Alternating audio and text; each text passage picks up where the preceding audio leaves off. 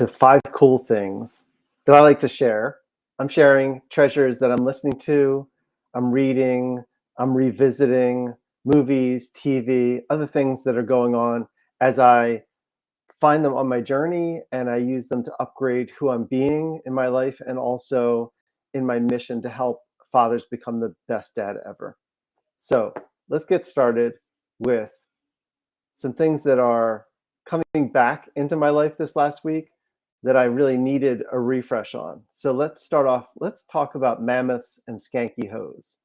And by mammoths and skanky hoes, I mean the metaphors that two of my favorite pieces explain. And the mammoth is from a piece called How to Stop Thinking About Worrying About What Other People Think by Wait But Why is the website. And they talk about the social survival mammoth. And they talk about the way that we've evolved since the time of the mammoths. And I'll get to that. And the skanky hoe part is from a blog post written by a doctor named Lissa Rankin. And Lissa Rankin recalled a conversation she had with a master coach named Martha Beck. And the hoe part is referring to horses. And so we'll talk about what they meant when they were talking about, are you being like a horse? So first, the Wait But Why social survival mammoth is talking about the way that we started off needing and relying on social groupings in order to stay alive. We needed people to go help us find food. We needed to have a group of people who would defend us, who would balance out the very scary parts of life. And if we didn't have that social grouping, if we were outcast or left on our own, we would die because we really needed that grouping. And still, we're performing everything in our lives as if we need that social grouping, although we don't necessarily need it the same way. Society has organized in different ways. So what this piece talks about is having this social survival mammoth on our shoulder, this sort of vestigial evolutionary pull to make sure that we fit in, that we belong, that we make sure that everyone's okay with everything that we're doing, or else it feels like we're risking our lives, when in fact, we're not really risking our lives anymore. So basically, you've heard of like the devil on your shoulder and the angel on the other shoulder. So what would your social survival mammoth say? And how is it manipulating the way we're doing things and not doing things? And then the explainer goes into a great version of like how to turn that around and how to start listening to what's happening inside your authentic voice. I'll put a listing of the link in my show notes. The other piece is the title of the blog post is "Are You a Skanky Hoe?" which is talking about, are you being like a horse or are you not being like a horse? Because horses don't do favors. Horses don't just come up to you and share your energy. If you're conflicted or confused, if you're giving off clean vibes and energy, horses will meet with you and go along, but they are not prone to doing anyone favors. And here we are as humans, people pleasing, doing favors, bending over backwards in terms that I've become more familiar with from coaching that I've done, being not going beyond being kind and actually being nice. Like being kind is a feature. Being nice ends up being a little bit of a maladaptive feature. So horses are kind, but they are not nice. And so in this blog post, they really lay out what we're doing and what we don't need to be doing. So these two explainers I went back to this last week as a little bit of a reset. I've read them multiple times. I highly recommend them. I recommend them to clients all the time. And I'll put them in the show notes because I think they're just both such powerful, powerful pieces.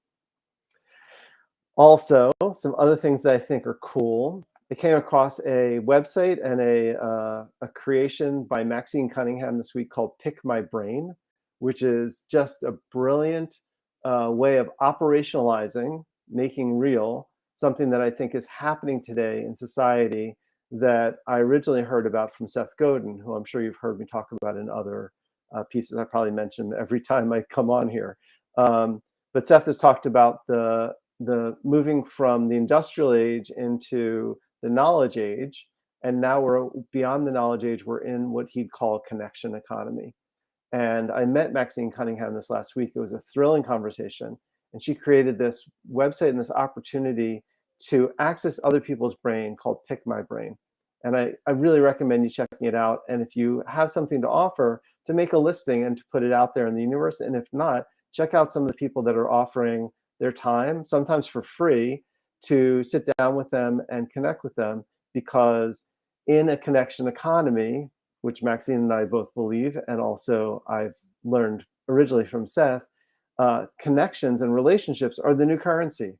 The more people you know who can level you up, the people that you surround yourself with is can be a total game changer in the current world of everything, the current world of business, but also in a sense, it's kind of the new social survival mammoth, right? So Pick My Brain is something definitely to check out. And then the last two things of the 5 cool things, they have the 2 explainers, we have Pick My Brain, are 2 things that I'm listening to. And one's actually not a thing, it's just a throwback that I've been on a kick. Getting back to Elvis Costello for this last week, I've been listening to his albums that hold together like Imperial Bedroom, that seem to tell a story from beginning to end. And then other albums that are just a collection of amazing songs like Get Happy and Armed Forces.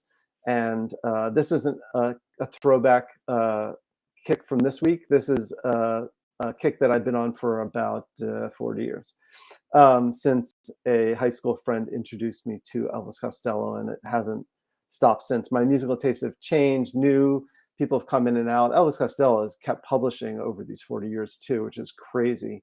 An insane amount of music and albums, but mostly I'm still stuck in the 80s with him and maybe 90s. And I just listen to that stuff over and over again, even as my tastes have evolved. One place that my tastes evolved is the other thing that I'm listening to, which I'm really happy to pick up her new album. During the pandemic, I couldn't stop listening to a debut album by an artist named Mabel, and she's a British artist, I guess British-Swedish officially, because she's the daughter of Nina Cherry, who's a Swedish Brit pop sensation from the 80s. And you may have heard of a couple of her songs that continue to get played on the radio. But her daughter, Mabel's High Expectations, her debut album, was in my ear, on my earbuds, on a regular rotation for runs and writing sessions during the pandemic. Probably only second to the album Club Future Nostalgia, which is a collaboration by Dua Lipa and the Blessed Madonna. Dua Lipa released Future Nostalgia at the beginning of the pandemic, had to cancel her tour, everything, but released this album that really took off and changed, honestly, her profile and everything.